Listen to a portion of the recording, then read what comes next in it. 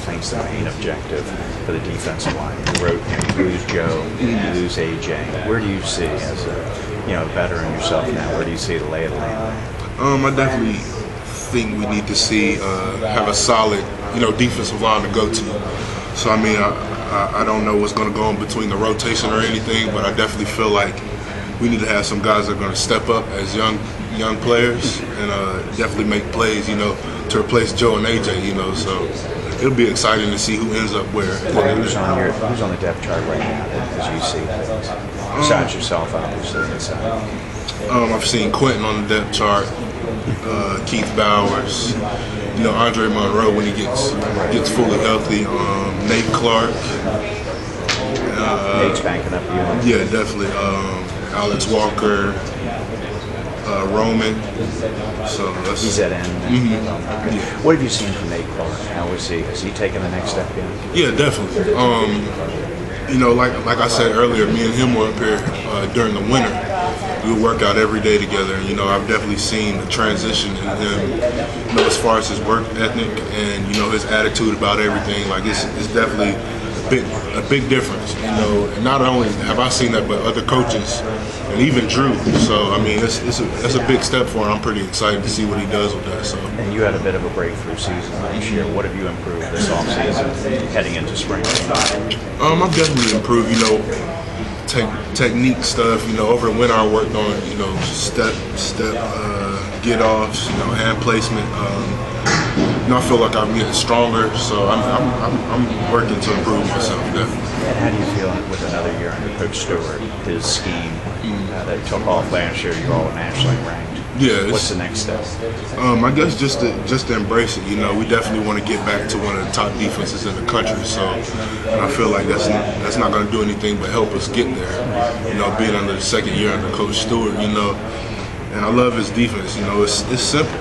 It's just an attacking defense, and I love that about it. And I'm just excited to see what some of these younger guys have for the defense. Who's been the biggest surprise in the winter for you among the D-line? Would it be a Nate Clark? Yeah, definitely. Nate Clark, no question about that. He's worked hard, and I've been there to witness it each day. So I'm excited to see what Nate does. And what have you seen? You got to fill in a lot of gaps at linebacker too. Who do you see coming on there?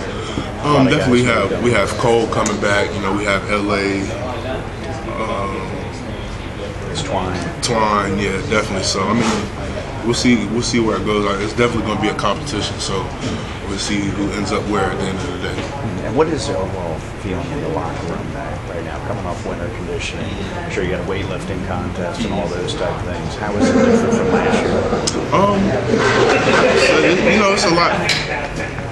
It's a lot of happiness and joy in there.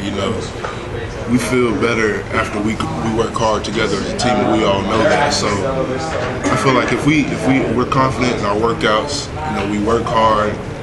Drew's telling us we're working hard. The coaches are telling us. I mean, it's definitely adding, confidence to the team. So it's a good look. What's your weight now? What have you added in the weight room to your numbers? I'm currently, I want to say 312. So coach said he wanted me to stay around that area, not getting much bigger. But I'm definitely over the 400s in bench press, and I should be in the 5s around squat. But we're maxing out this week, so I'll be able to see exactly where I'm at. So. And who have been other general surprises on defense?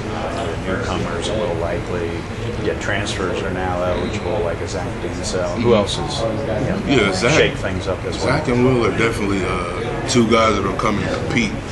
I'm pretty anxious to see what happens at corner myself. So, like I said, Zach, he's a hard worker, and Will is also. He's definitely, made the transition. So I'm pretty excited to see what happens with those two.